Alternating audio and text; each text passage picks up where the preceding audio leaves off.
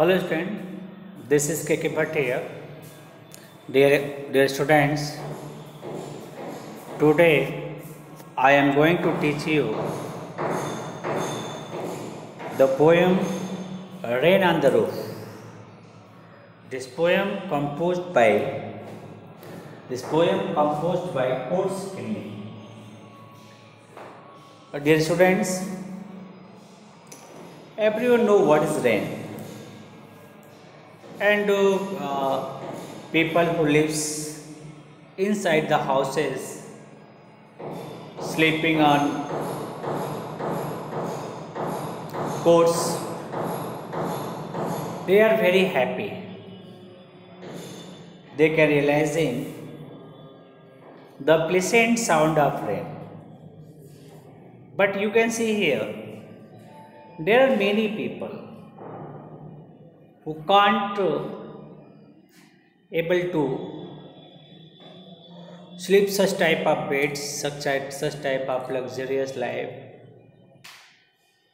For example, you can see animal just living is under the tree.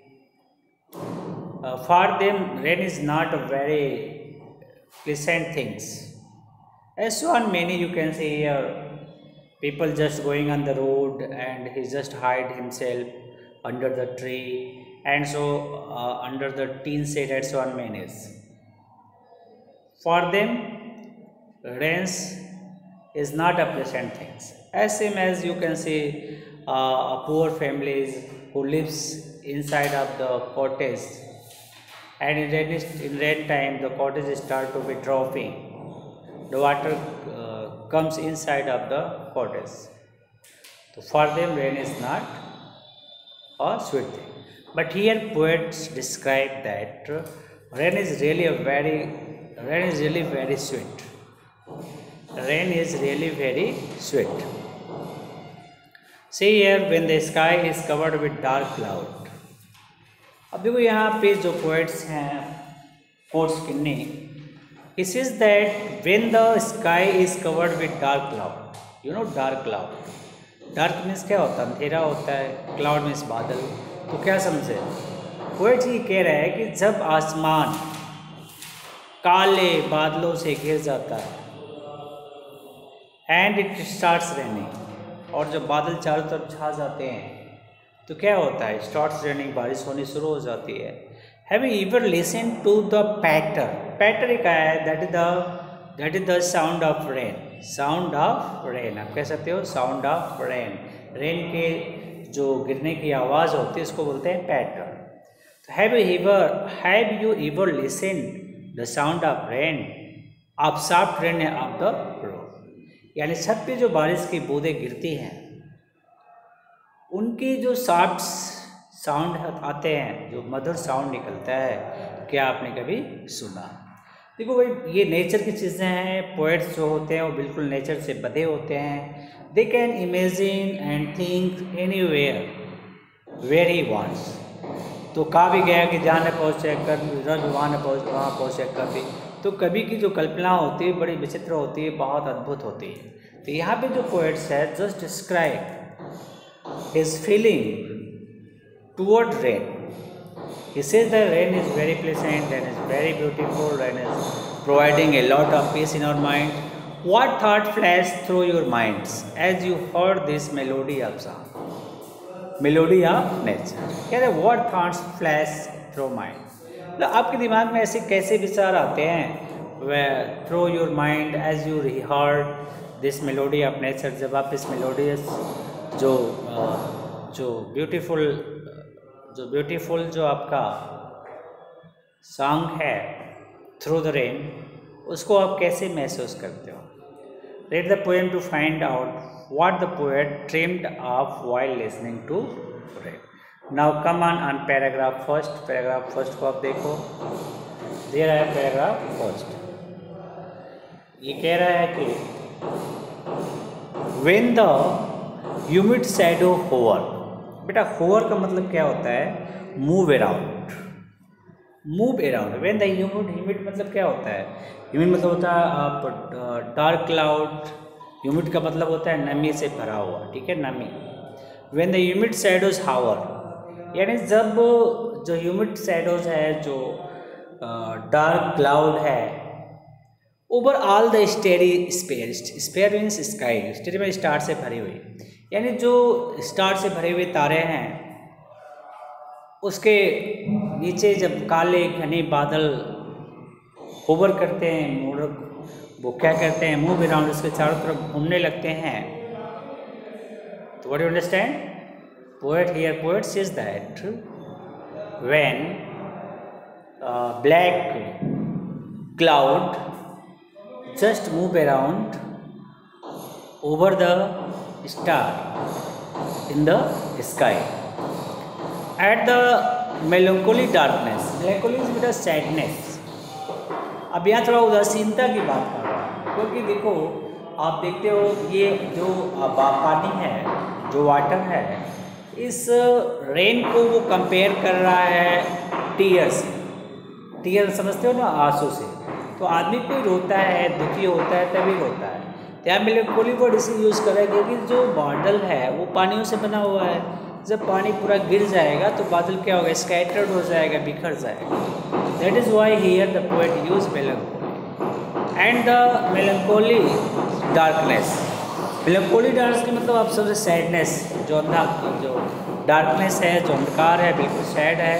Gently weep in rainy tears, और उन बादलों से जो पानी है, जो रेन गिर रही है, वो बिल्कुल आग के आंसुओं के जैसे, एक मनुष्य आग के आंसुओं से, जैसे आग आदमी रोता है तो आग से क्या होता है, पानी गिरते हैं, ऐसे ही में the rain drops on the earth like tears. The rain drops on the earth like tears. Here the poet compares rain with the tears. What a bliss to praise the pillow of a cottage chamber bed. You know when that poet was lying in a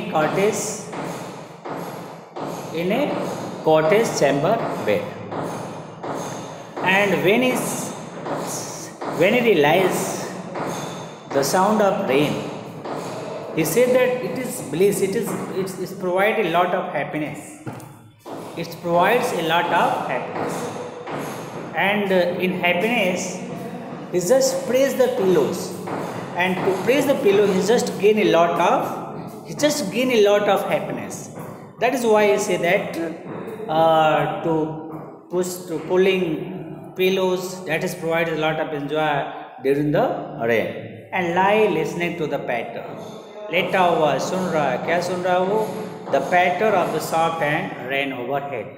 मतलब कह सकते हो कि the sound of rain, the sound of soft rain, the sound of sweet rain overhead. अपने ऊपर जो पानी की स्वीट रेन है, जो स्वीट रेन है, उसके टपटपाहट की आवाज़ को वो सुन रहा है। It is clear to all, what you understand, the humid when the humid shadows over all the starry spheres, and the melancholy sadness gently weep in rainy tears. What a bliss to praise the pillows of a cottage chamber bed and lie listening to the patter of the soft rain overhead.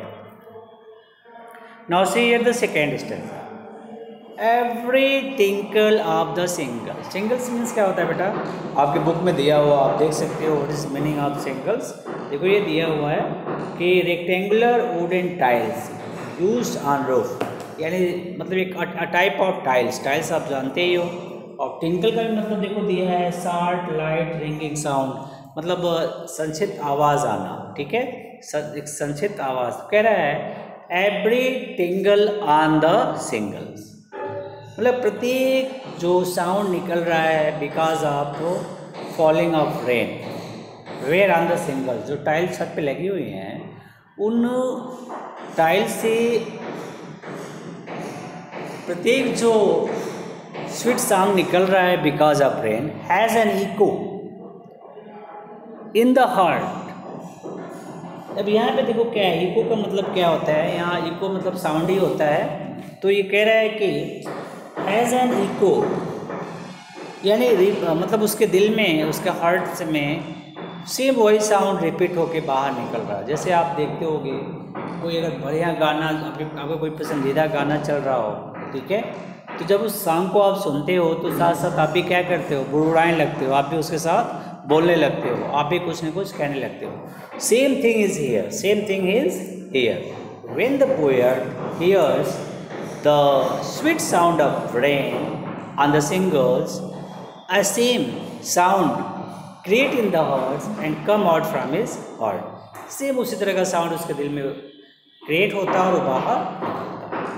And 1000 dreamy fancies, बड़ी important line लिखा है ये। 1000 मतलब क्या होता है, fanciful, 1000 fanciful imagination कह सकते हो। 1000 fanciful imagination comes in his mind and make his mind busy। यानी आप कह सकते हो कि हजारों सपने, काल्पनिक जो चीज़ें हैं, जो सपने हैं, उसके दिमाग में आते हैं और वो माइंड को क्या करते हैं, बिजी कर देते हैं, मतलब माइंड को एकदम व्यस्त कर देते हैं। यानी वहीं से जो है पोएट ड्रीम में खो जाता है, सपने में खो जाता है और पुरानी बातों को याद करता है। He remembers the old things. चूँकि उसका माइंड शांत है, वो इंटरटेनमेंट कर रहा है विथ रेन, रेन के साथ इंटरटेनमेंट कर रहा है, तो that is why his mind is completely being full of imagination, मतलब उसका माइंड पूरी तरह से भर जाता है कल्पनाओं से और दिन प्रतिदिन वो कुछ न कुछ चीज़ें सोचने लगता है। आगे देखो दे रहा है, कह रहा है एंड 1000 रिकलेक्शन। रिकलेक्शन मतलब होता है मैं रिमेम्बरिंग करना, मतलब आपको ठीक है, तो memories of his past. Recollection, collect करना, रिकलेक्ट करना मतलब होता है पुरानी चीज़ों को याद करना।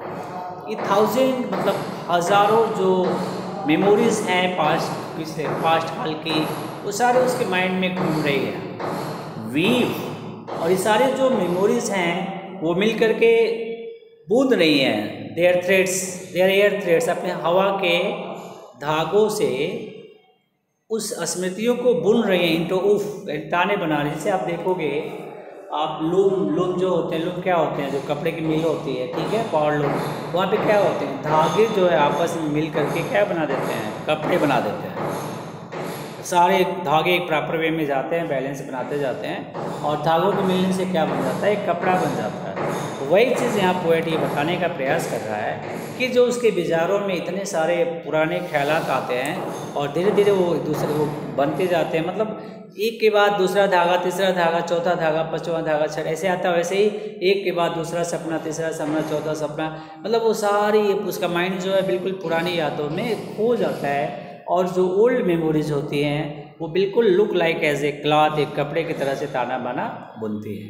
As a listen to the pattern on the roof upon the roof, on the rain upon the roof. जब वो सुनता है, क्या सुनता है, sweet sound of rain upon the roof, छत के ऊपर जब वो उस संगीतमय बारिश की बूंदों को सुनता है तो बहुत हैप्पी होता है और उस हैप्पीनेस में वो कम्प्लीटली खो जाता है, उस हैप्पीनेस में वो कम्प्लीटली खो जाता है, इतना ज़्यादा खो जाता है कि अब मतलब उसको कुछ याद ही नहीं रहता, वो बिल्कुल अपनी पुरानी स्मृतियों में खो जाता है। जो पुराने कलेक्शन होते हैं वो बार बार उसके माइंड में आते हैं। इस तरह से जो पोएट है जो है वो बिल्कुल खो जाता है। और सपने में अब देखो आगे सपने की बात कर रहा है, कह रहा है now in memory comes my mother. अब पोएट से कह रहा है कि अब उस स्मृति में कौन आया, उसकी माँ आती है। यानी जब हज़ारों बातें वो सोचता है, हज़ारों बातें जब वो सोचता है तो उसकी थिंकिंग इंक्रीज होती जाती है और फिर उसके ड्रीम में उसकी माँ आती है। Now in memory comes my mother, कहता है अब जो स्मृति में मेरी माँ आती है, यानी उन जो सपने देख रहा है पुरानी यादों में खो रहा है, तो उन पुरानी यादों में अपनी माँ को वो पाता है। As used in years ago, जैसा कि वो पिछले मतलब उसकी माँ प्रेजेंट में तो है नहीं, शी हैड डाइड, वो मर चुके हैं। She used two years ago, जैसा कि वो बहुत साल पहले उसके पास आया करते थे। यानी he realized his mother in the dream and he said that his mother just come like as she came in her dreams in year ago। यानी वर्षों पहले जैसे उसकी माँ आती थी उसके पास, सपने में भी उसकी स्मृति में भी उसकी माँ वैसे ही आई। टू रिगार्ड डार्लिंग, अब देखो यार अब रिगार्ड का, to regard the darling dreamer, darling का मतलब था लविंग ड्रीम्स, मतलब वो जो माँ उसके हैं वो बिल्कुल एक सपनों में एक लविंग ड्रीम की तरह से आती हैं। उसको माँ है तो माँ तो बच्चों को प्यार ही करती है, बिल्कुल अपने बच्चे को प्रेम करने के दृष्टिकोण से सपने में आती हैं। To regard, to give gentle touch, उसको जेंटल टच देने के लिए, कैसे तो उसको सम्मान देने के लिए वो अक्सर उसकी जो माँ है उस बारिश के दौरान उसके सपने में जो आती हैं, जो लविंग क्रिएट करती हैं, जो अपना प्यार उसके ऊपर दिखाती हैं, और उसकी माँ जो इस तरह से रात में सपने में आती है उसको अच्छे सपने दिखाती हैं। इर मतलब होता है बेटा before, ere she left them till the dawn means होता है बिफोर, मतलब बिफोर द सनराइज, यानी सूर्य की किरणें आने से पहले, सूर्य की किरणें धरती पर आने से पहले उसकी जो माँ होती हैं उसे छोड़ के चले जाते हैं। तो व्हाट यू अंडरस्टैंड? तो here poets image says that in his memory, in his thoughts, her mother comes as she used to come in the previous year, and his mother gave him regard, gave him respect, gave him loving dreams, मतलब उसको एक loving dreams provide करती हैं, और ये रात भर उसके माइंड में अपने माँ के सपने गूंजते रहते हैं। और जैसे ही सूर्य की किरणें धरती को छूने वाली होती है वैसे उसकी माँ चले जाते हैं, अर्थात उसका सपना खत्म हो जाता है, वो जग जाता है। तो इस तरह से पोएट अपने थीम को, अपने इमेजिनेशन को, अपनी चीज़ों को रेन के माध्यम से रिप्रेजेंट करने का काम किया। वो आई फील और फाइंड लुक ऑन मी, वाह क्या बात है। अब देखो यह पोएट ये कह रहा है कि वो आई लुक हर, मैं उनको देखता हूँ अभी भी, फाइंड लुक ऑन मी, बारिश के बीच, बारिश की बूंदों के बीच में, जैसे वो मुझे देख रही हो, मुझे प्रेम कर रही हो, मुझे अफेक्शनेट कर रही हूँ, मुझे स्नेहित कर रही हूँ। इस तरह से वो महसूस करता है कि उसकी माँ अभी भी उसको ऐसे बारिश की बूंदों के बीच से देख रही हैं। I listen to his refrain, list मतलब होता है लिसन, कह रहा है आई लिसन टू रिफ्रान। अब देखो रिफ्रान की मीनिंग दिया हुआ आपके बुक में, रिपीटेड पार्ट ऑफ सॉन्ग और a poem, here the sound of the rain, यानी आई लिसन टू दिस रिफ्रान, मतलब इस जो साउंड ऑफ रेन है, इस साउंड ऑफ रेन के बीच में वह सुन रहा है और ये महसूस कर रहा है कि उसकी माँ जो है उसकी तरफ देख रही हैं, उसकी माँ उसकी तरफ देख करके एक लव फीलिंग क्रिएशन कर रही हैं, जैसे लगता है उसकी माँ उसको बिल्कुल एक लविंग टच देने का काम कर रही हैं। Which is played upon the singles, अब ये साउंड कहाँ सुनाई पड़ रहा है? Which is played on the singles, जो टाइल्स लगी हुई हैं छत पर, उस टाइल्स के ऊपर जो बारिश की बूंदें गिर रही हैं टप टप टप टप, उससे एक धुन निकल रही है, उस धुन को पोएट महसूस करता। By the patter of the rain, लिखा है by the patter of the rain, यानी बारिश की बूंदों की टपटपाहट से जो सिंगल से धुन निकल रही है, उस धुन से बिल्कुल वो आत्मभोर हो जाता है, वो मस्त मौला हो जाता है, और इस तरह से पोएम को वो डिस्क्राइब करने का काम करता है। What you see here in this last paragraph, the poet imagine that his mother came in his dreams as she used to come in the past, and to give him regard, to give him respect, her mother provide him the lovely dreams, and she left him alone when the rays of sun come on the ground. Oh, I feel her fond look on me as I listen to his refrain. When she listened the sound of rain, he found that her mother looking toward him, which is played upon the shingles by the patter of rain. That rain create a sound falling on the tiles which has been set up over the roof. And in this way, the poet realizing of feeling which provide him a lot of beautiful things, and realize the song among the book. Okay, so I think it is clear to all. Thanks to watch my video.